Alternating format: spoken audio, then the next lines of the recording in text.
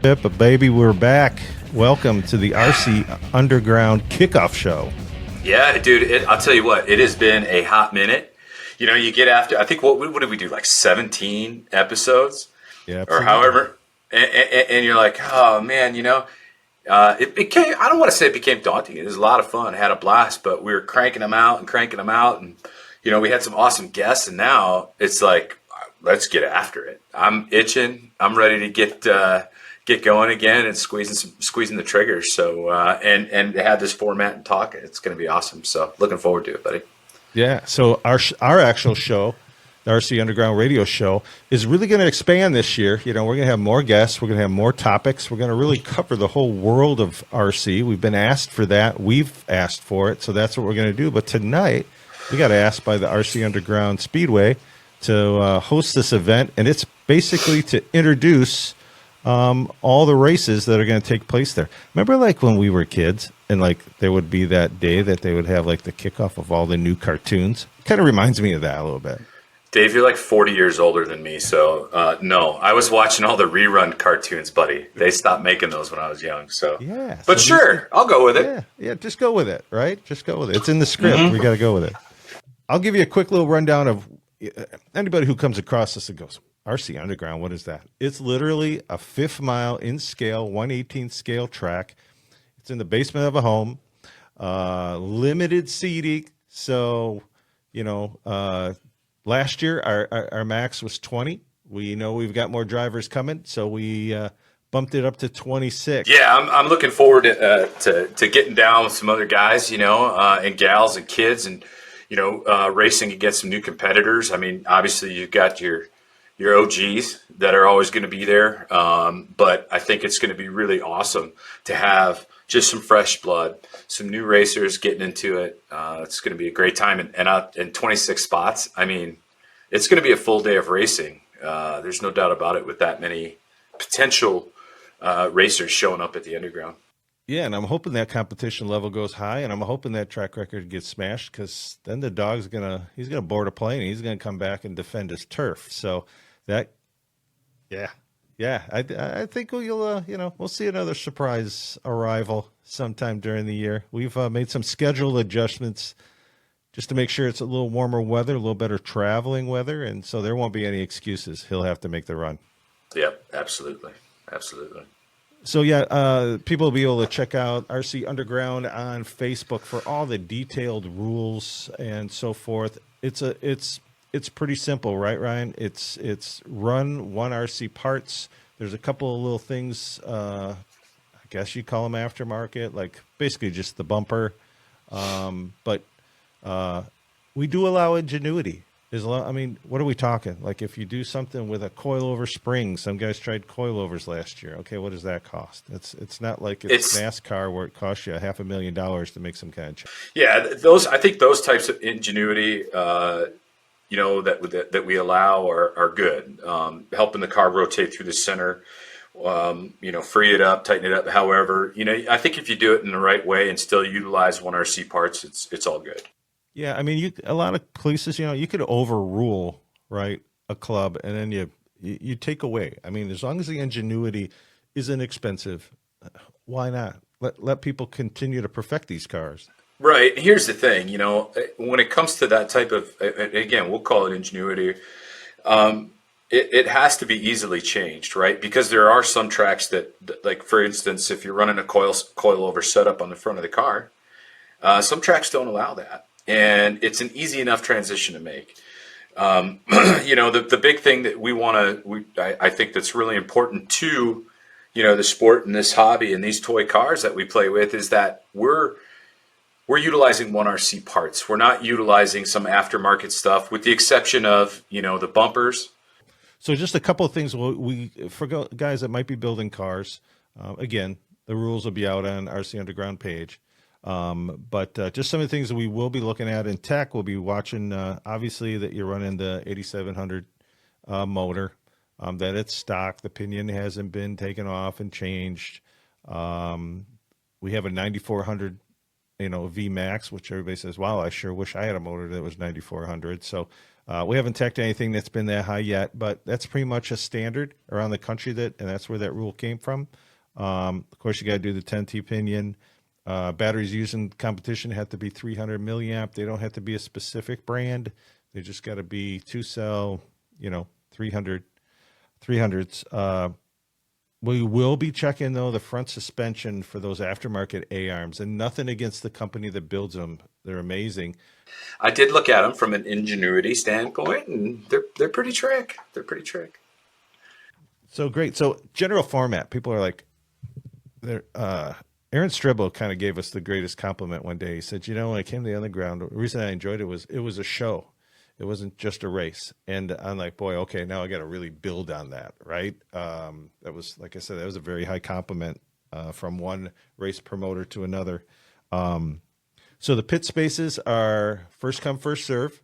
We should have enough. We'll always try to accommodate, but it's really important that people reach out and say, hey, I'm coming, because it is first come, first serve. And if we run out, well, have to figure it out, or people have to, in the wintertime, they'll have to be really cold in the garage. So we'll make it work. We'll do everything we can. Yeah.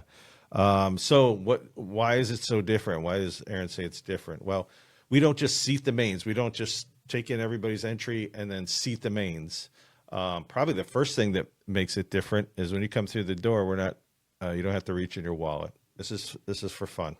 And we want to start it from point one for fun. I've been asked, why don't you charge? You should charge. We may do a donation box.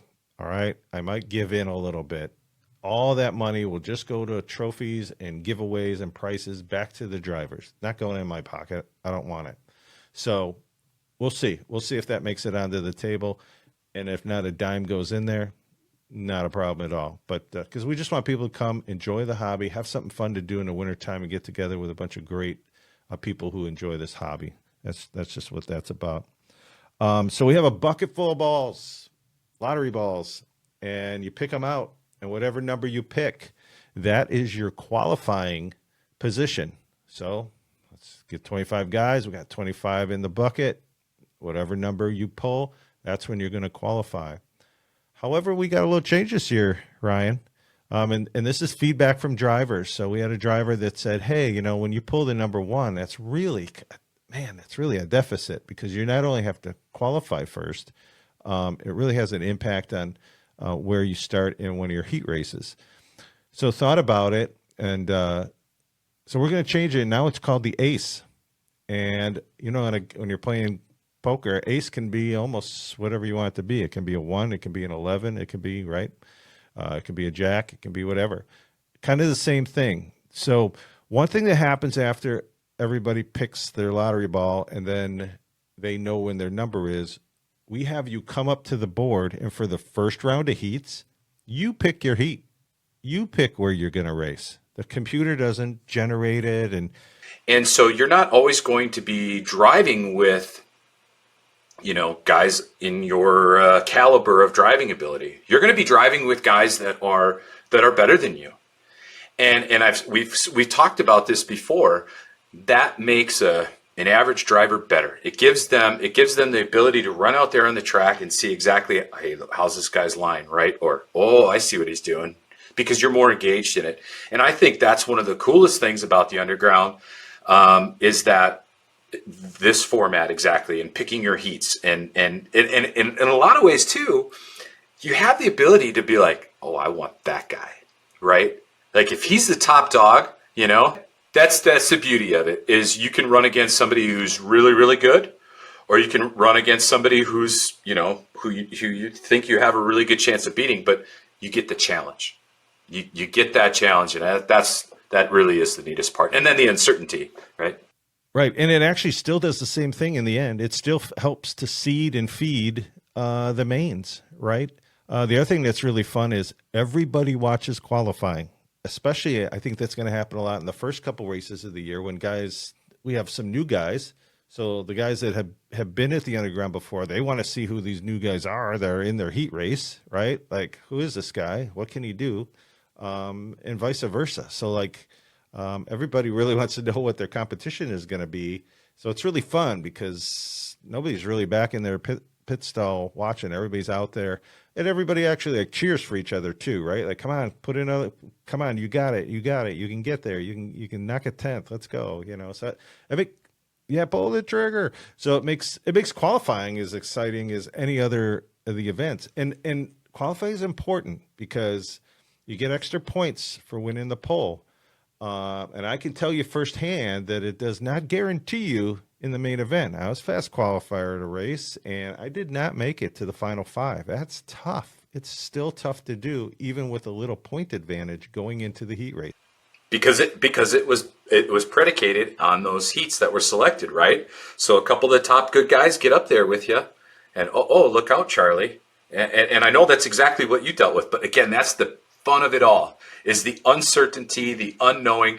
You think you're the slowest car out there, but depending on what heat, you got a great chance of winning, and that is the best part of that whole format. Yeah, and what I like too, that it's kind of manifests itself, is that the action starts like right out of the box. As soon as you're pulling your number out of the bucket, the strategy, people's heads are turning, they're thinking. You see a lot of smoke coming out of everybody's ears. They're trying to already, the competition level kicks to the ceiling as soon as we get going. So I kind of preface that the 1 now will be the ace. So what does that mean? So what that means is at any time you can throw up that ace. So hypothetically, there's 20 guys there, and all of a sudden the numbers are being pulled and heats are being seeded, and you're like, that's the heat I really want to be in. I want to race that guy and show him what I got. You can say, let's say Ryan has the 1. He can go up, and I say, okay, who's my 10? You can go, nope, I'm using my ace. You can step in at any time during that qualifying pick to go, nope, I'm using my ace. I want to go next. And you're free to do that at any time throughout that picking process. We got to put like a little burr on that ball, or I'm going to have to, so I know which one when I go down in there. See, ingenuity. So every single race, we do not run for points, for like national points or a series championship. Every race is a big race. So if every race is a big race, it has to have its own name. It has to have its own theme. And that's what we have for you here for the rest of our show. We're going to go through each one of these races and kind of give our little feeling of each of them as we go through them. Is going to be the Midwestern 400. You ran the 200 last year. Nick Ciccone was the winner. He beat Aaron Streblow by 11. I'm sweating. I am absolutely sweating now. 400 laps. This is going to be a tricky one. And okay, all right, Dave, you can talk about this all you want, but I'm going to tell you what, guys. The Midwestern. Again, I was in diapers when the Midwestern started, and it has been one of the longest running races out there. Not really anything that's been nationally televised or anything like that. I mean, but it has been mega in really in the community for oodles of years, and Dave can give you more background. But this race is tricky. There's so much strategy involved. You can't make 400 laps on one battery. You got pit stops, which I'm hoping you've changed up a little bit here, Dave. But this race is rowdy, and to be the first one out of the gate, like, woo, bring your A game, boys. And I think too, don't get discouraged though, because strategy will play into it, and if you can think that way and utilize that strategy, I mean, again, it can be your first time at the track. You have a great shot of taking home the trophy for this one, because it's an awesome race. Yeah, so a little background. Started in 1979. Nick Ciccone, who won it last year, won it in 1979. That's the span, and this guy just knows the secret sauce. He's definitely going to be one of the favorites going in. So here's how it's going to break down. We will do 60-second qualifying, so you get 1 minute out on the track. Everybody qualifies, as we talked about earlier. Your best lap stands as official. Then we'll run dual round heats. First round heats are determined by you, the racer. You decide who you want to race with. Then second round, we separate the winners from the first round. They do not race each other, and you do not race the same people twice. So whoever you ran in that first round, we figure it out that you don't run against them in the second round. That way, pretty much everybody's raced everybody after those 2 rounds. Then we also have the pole dash. The pole dash is based on who the top 2 guys who had the most points from both of the heat races, as well as that little bonus that comes out of qualifying. Qualifying becomes very important because that is the tiebreaker. We have sometimes had 4 and 5 tiebreakers, and it goes back to qualifying. So qualifying is very, very important. Then we have the 100-lap seeds, alphabet soup, just like a normal dirt track would do, USAC, any of those. The lowest point guys are going to go together. One car, in some heats, one car advances. In some other heats, 2 or more cars advance. And as the racing goes on, we'll be able to explain that more. We call those the eliminators. So by the end of the day, between 400 laps of the Midwestern and say you're back there in like a D or E main, depending on how many drivers show up, you have the opportunity, Ryan, of running like 900 laps. There'll be 2 competition yellows. We haven't determined exactly when those will be. We'll have that posted as we get closer to the Midwestern. A little change this year. You cannot leave pit lane. Everything you want to do to that car during those competition yellows, you have to bring to pit lane. So tires, tire goo, your awesome sauce, your batteries, all of that. You have everything right by the driver's stand. Everything right by the driver's stand. Right in your pit area. Yep. Okay. Nobody can assist you unless we have a driver who needs assistance. Yeah. Somebody in a wheelchair has limited access. Obviously, we'll make accommodations for that. But nobody else can run to your pit and get something. You can't run to your pit and get something. You have to plan that out and have it ready. It'll basically be about a 5-minute stop. And in that time frame, what'll happen is the field is frozen. All right. However, there's a little twist to the strategy. You said it yourself. You cannot obviously go 400 laps on a set of batteries, but could you go more than 200? I think so. So there can be a strategy of, do you do both stops and have really strong batteries, or do you only do one stop? If you, let's say in the first run, you decide not to pit at the first mandatory or the first stop. You only have to mandatorily stop once in the race. That's all you have to do. But there's 2 there if you need it or you want it. Now, if you don't pit in the first one, let's say, for example, and let's say you were a lap down. You were 1 lap down to the leaders. You now gain that lap back. All right? You can't jump position, but you can gain distance. Does that make sense? Does that make sense, Ryan? Okay.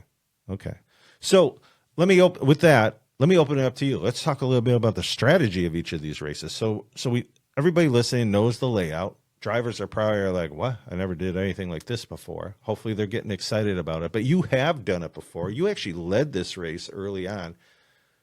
What was your strategy, and how does that change now that the laps are going to be twice as long as they were before? Well, I think there's something you need to consider, and that is the actual lap times. You're moving around that track pretty quick. There are ways that you can gain laps back, depending on what line you run, and you can make up ground. I'll just be completely honest. This initial format that you're talking about and the 2 competition stops, I'm going to take them both. I'm going to put a battery in. There is opportunity at the underground when you're running a race like this to be able to make up laps. If you do, in fact, go down, it happens. And there's always, again, they're 1/18 scale cars. There's always a little bit of tangling that can happen, or maybe a guy traction rolls. So I'm going to err on that. I mean, just my gut tells me I should err on that side of things.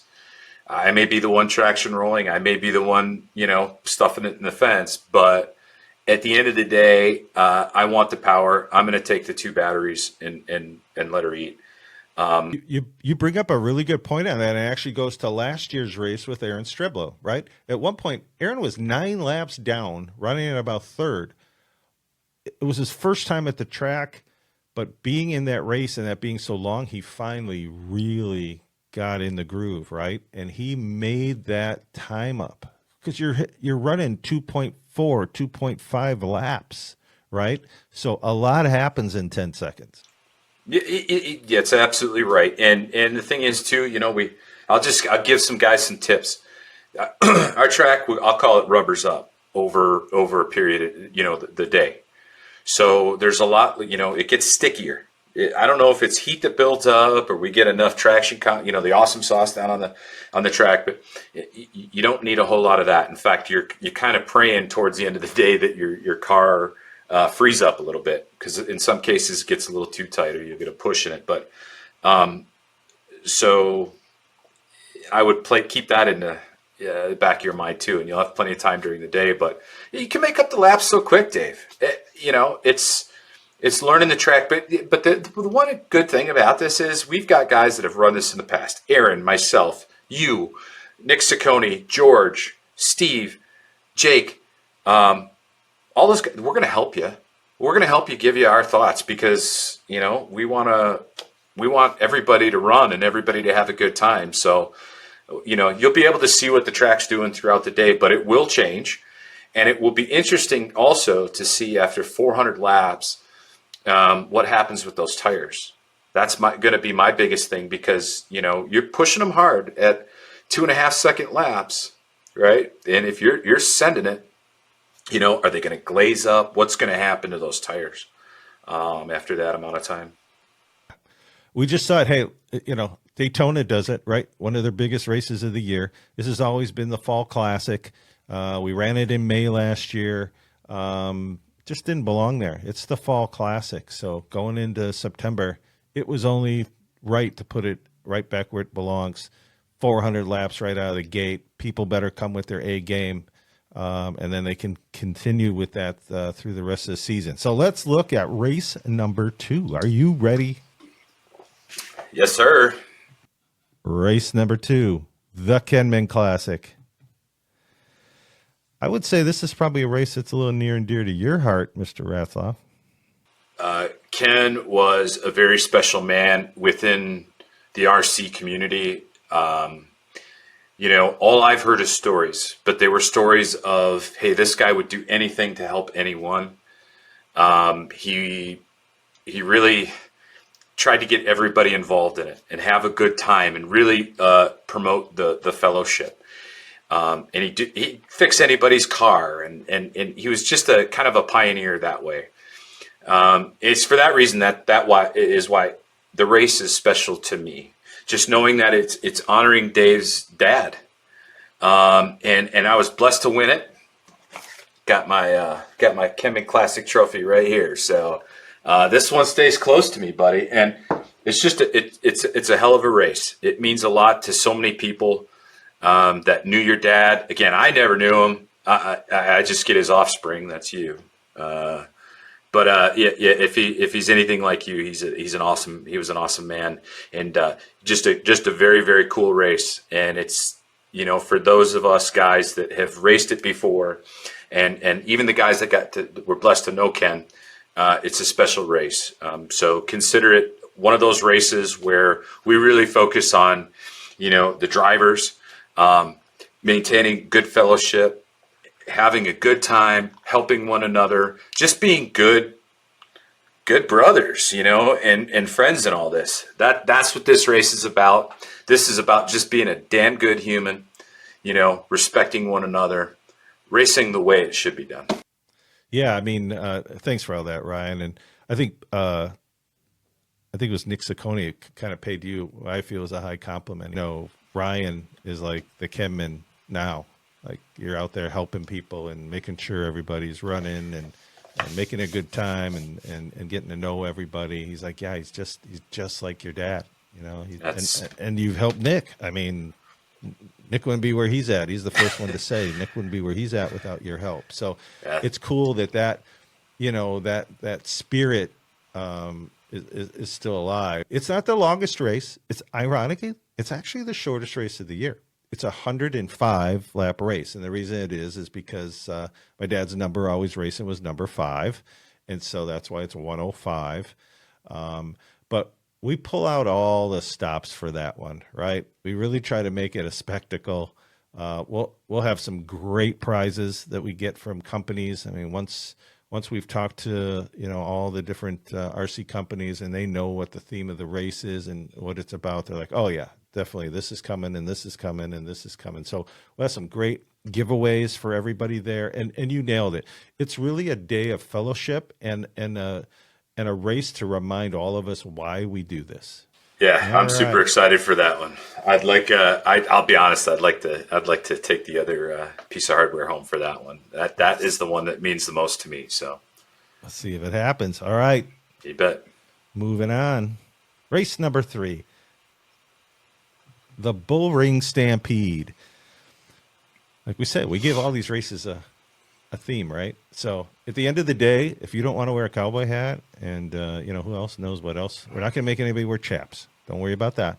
But if you don't, if you want to, go for it. So yeah, so race number 3, the Bullring Stampede, 60-second qualifying, do round heats again, the dash pole, 100-lap alphabet soup eliminators, and 150-lap main event, nonstop. The rest of these races, other than the Midwestern, are non-battery stop races. It's just go for it. Send it. All right, Ryan. Just a little trivia question as we go into race number 4. What does RC and RC Underground even stand for? Do you know? Radio controlled. Wrong. Well, at least it's wrong in December, because it's going to stand for road course. Yes, we are bringing a road course to the RC Underground, and people are probably going, what? You're going to expect me to go right? So yes, it will be a road course. I went to a road course aficionado, had him design this. Now, the track area is going to be much bigger than what we are used to running. And so we are actually going, if you're driving, you're going to be driving from the other side. So basically what we call the alleyway that takes you towards the back area into the pit area. We're actually going to drive from that side because the track is going to be much bigger. Yeah, we can't turn right. We got to go left. We got to go left. This is the layout of the track. If you can kind of see it on there. I need to screenshot this. I need to start. It's a lot of left. There's really only one right. But think of it. I think the cream's going to rise to the top. And we'll do shows as we get closer to this one, obviously, in December. That's why it's called Holiday Havoc, because this is going to be havoc. Yeah, you're not kidding. Race line is going to narrow down to about 4.5 feet from 6. You're going to have that big sweeper coming out. People are going to love that. They're going to come out of that corner, and you ran a big track. I just don't get it. Dude, we're friends, and I figured you'd like share this with me, and this is the first time I'm seeing this. I mean, yes, because I wanted the shock value for the show. I don't know. This is because I know you don't like road courses, so no, we had to throw a road I go to course trackside, and I just like, I don't off-road course. No, thank you. What's that turning right and jumping stuff? What? Well, I can guarantee you, we're not going to be jumping. There will be no jumping. Jumps would be kind of cool, but yeah, this is going to be a challenge, I think, for everyone, because darn near everyone I know just turns left. So, contraire, my friend, you've got Jake Bolter. That's true. Steve He's a Clark. drifter. Yeah. I say the minute Steve Clark sees this layout, he's going to build it in his basement. He's going to start practicing. Steve Clark he's got a track in his basement. George Murray has run a lot of road course over his career. I think it's going to be just like the Chicagoland race when you had a guy, SVG or whatever his name was. Yeah. and whooped them. This is going to allow these road course masters to really show their stuff, and I will not be surprised to see guys. And like you said, you got so many new drivers coming. We don't know if they have some road course experience. Or even if they've done dirt, like you said, some of the jumping and the buggies and stuff like that. Hey, that might transpire. But look at that, like coming out, you're going to have that big sweeper that's going to take you all the way around. But then, you know, where do you get off the gas to line yourself up for that big right-hander? It's going to be interesting. It's going to be interesting. All right, race number 5. Underground Invasion. Again, we got to give all these races a theme. So that's going to be the theme. I'm telling you. Scott, wait. Scott Bloomquist is coming. That's it. I know it. Bloomer's coming to this race. Bloomer's coming. First we have Murph Dog. Now we get Bloomer. Who we getting Bloomer? Yes, sir. Crazy. That would be something. That would be rad. I'm telling you, of all the trophies that are coming from MX Trophies, this one is outrageous. This is going to be fun. We got some ideas for that day that are going to be fun. So yeah, this kind of a traditional race. It'll be 150 lapper. Same thing. We'll do around heats. We got the eliminators. We got the pole dash. We got qualifying. Picking your heats, all that stuff. With 150 lap main event, should be a lot of fun. This would be a great race to add in the smoke machine. That's where my head goes with it. Just saying. Yep. Just saying. And some. I've always wanted you to do lighting. a smoke machine, and so yeah, if you can make that happen, that'd be great. All right, we're gonna look at the next one coming up here. Race number 6, Battle in the Basement returns. It was a great race last year. So looking for another one again. Kind of a traditional race. 150 lap main event, pole dash, heat races, dual round eliminators, all that fun stuff with a 150 lap main event to get you to victory lane. So what's it going to take in that one? I mean, you have 3 races in a row that are going to be 150 lap main events, so you can kind of get, you know, a mojo going, right? Yeah, I think that's the biggest thing, right? And I will say that when you're racing at the underground, you get to do it once a month, right? I mean, that's kind of the deal.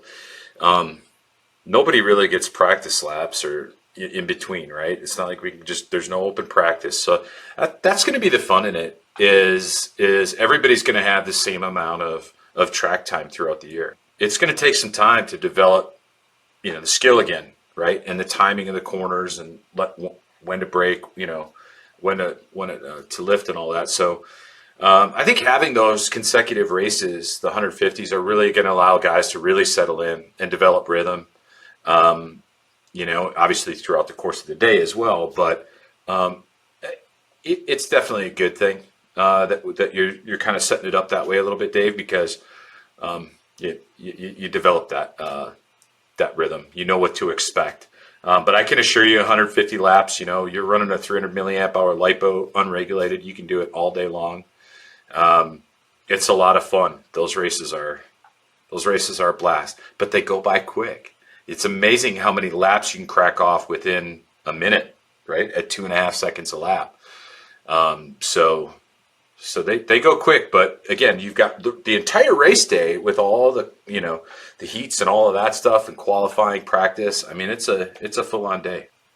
All right. So this takes us into March. We know what comes up in March. Ooh, I know this one. Race number 7. The Shamrock Showdown.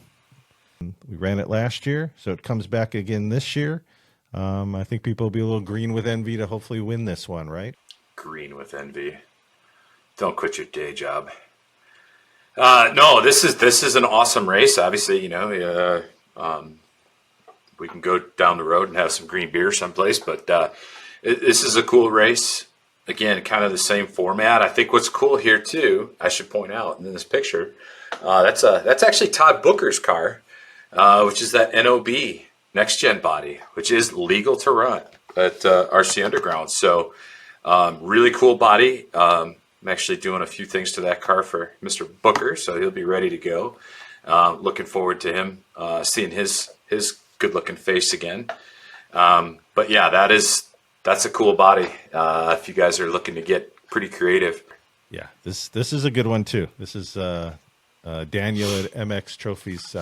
He reached out to me, said, I really haven't had this much fun creating trophies in a long time. We really challenged him to dig deep and be creative. So if you're liking these posters, the trophies look completely different, but they're completely cool. Trust me, MX Trophies does a great job.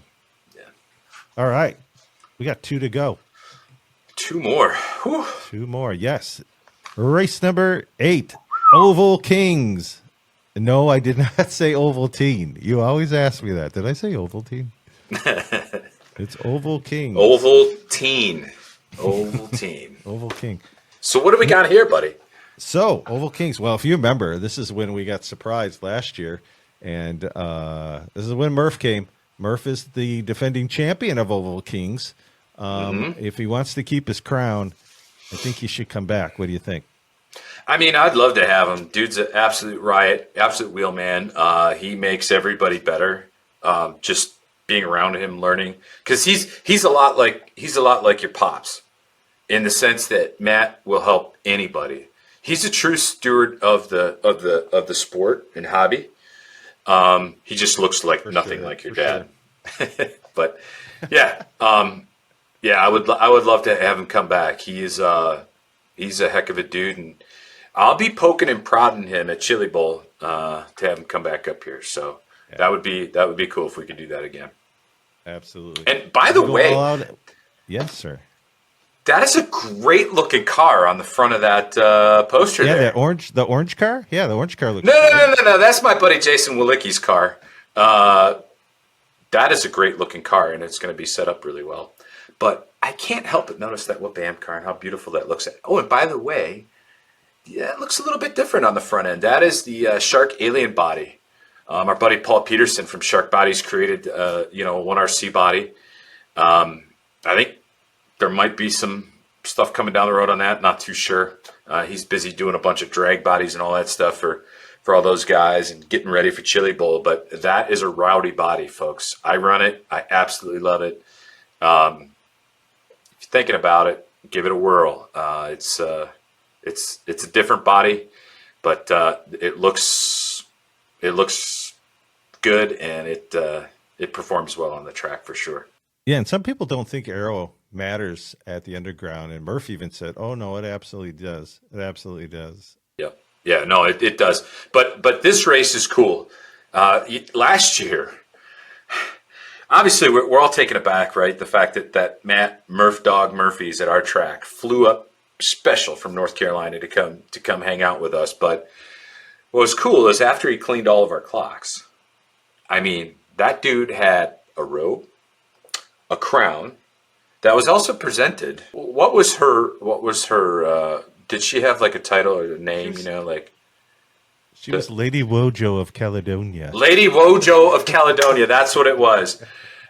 She presented Matt with his crown and trophy, and I thought that was the coolest thing ever. It is an awesome race, pretty prestigious, and the best part is you get your mug plastered all over Facebook and all our social media with your crown on and your cape and your staff and your trophy. It's an awesome. And you're forgetting about the throne, and we don't make anybody sit on the toilet.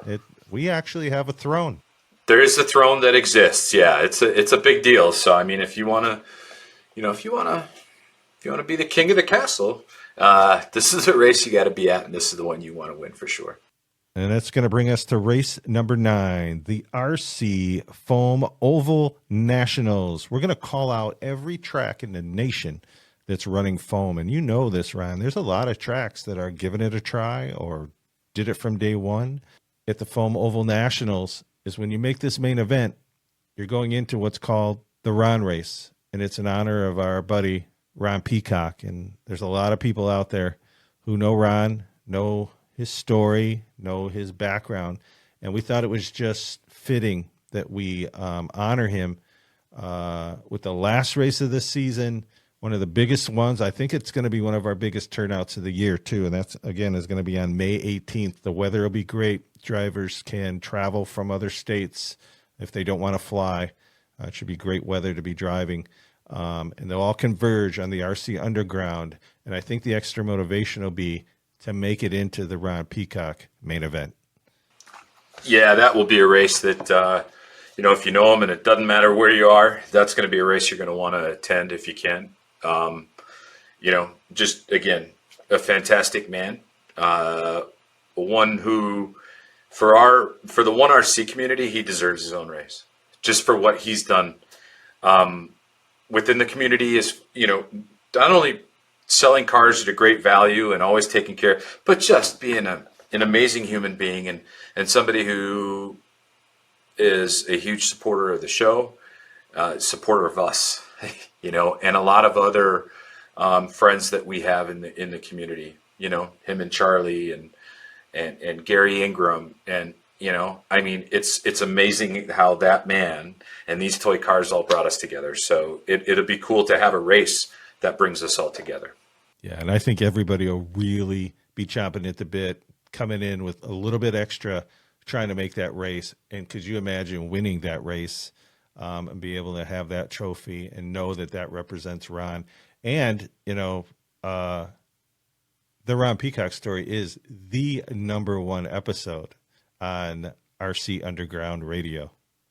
Yeah, it should be. He's a hell of a human being, and one that should never be forgotten. Well, buddy, that's all I got. But we covered a lot in a short period of time. We got a lot to look forward to. This is what happens when when we shut ourselves down for 90 days. We have way too much time to think about this stuff, and we come out of the gate heavy, dude. We are ready to rock and roll. I mean, now we're like on YouTube and all this stuff. Now we're doing this stuff. We're gonna have, this is crazy to me. And it's only gonna get better. I'm excited. It's just a cool release of all the races. We know what's upcoming. We have dates now, which I'm sure we'll be dropping on our social media feeds, which is going to be awesome. But there is so much to talk about and dive into in future episodes.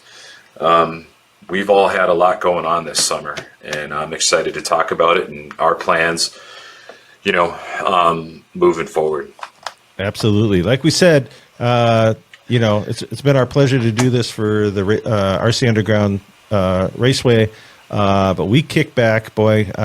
I'm looking forward, buddy, to pulling the belts tight again with you, strapping on the helmets, and going to town. We're going to have some fabulous guests. I think we're going to have some shockers, and hopefully coming right out of the gate. So this show will air September 4th. A week from Monday will be our first RC Underground radio show.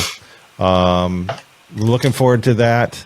We will be posting on Mondays now,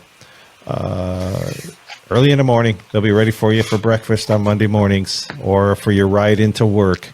And then racing, as we said, starts September 30th at the RC Underground. The Midwestern, now it's 400. This is the longest running race, but it's also going to be the longest race of our season. Anything hit you, buddy? Any last minute thoughts on the season or anything else? I'm just super excited. I know we're going to have a packed house all the time there. That's what's so cool about it. We're going to be kicking off season 2 of RC Underground Radio. I'm very much looking forward to that. Just all the knowledge I've gained in the last 90 days of, being out and about. So this is going to be absolutely fantastic. I think you've put together just a killer season ahead at the Underground. So that's going to be super fun. I'm looking to hopefully bring home some of that hardware because MX Trophies does just a bang up job. I do want to do one thing. Our Mr. Worldwide, Scotty Ernst, was out in the UK promoting a race, calling a race. He was in a pretty serious car accident, banged up pretty bad. So Scotty, we wish you a speedy recovery. He's going to be okay, but he's a little banged up, and we just wish you the best. So get better soon, buddy, and can't wait to see you in a few months. great fitting ending. It's somebody who's so important to the RC community, and here we are talking RC, right? Yeah. All our best wishes to a quick recovery, Scotty. We're thinking about you. All right, my friend. That's going to wrap it up for this. This is kind of fun, huh? I mean, yeah, I like not having to smell you. It's nice being in completely separate spaces, you know? I'm kidding. No, this has been a blast, and I think what's cool about this format, Dave, this is going to give us the ability to just do more, you know, and hopefully increase the frequency too of shows, because we always have a ton to talk about. There's a lot going on in the community here, and racing in Wisconsin and abroad. So this format's going to be great. Yeah, and smell comes from a guy who openly said on social media that he doesn't change his underwear. And with that, we will end the show tonight. Hey, Ryan, as always, thanks for being on. Cannot wait, buddy. Cannot wait to fire this thing back up. So, yeah, to everybody listening, thanks for taking time. Listen to a couple knuckleheads talk about toy cars. We had a great time. We're really looking forward to it. Like you said, we're going to be on YouTube as well as on Spotify and all the other major platforms on Apple Podcasts and such. So make sure you ring that bell. Make sure you subscribe. Tell your friends and neighbors and even people you don't like, because it's a good thing to get back at them with. Amen. All right, everybody have a great night. Thanks again. Thanks, everybody.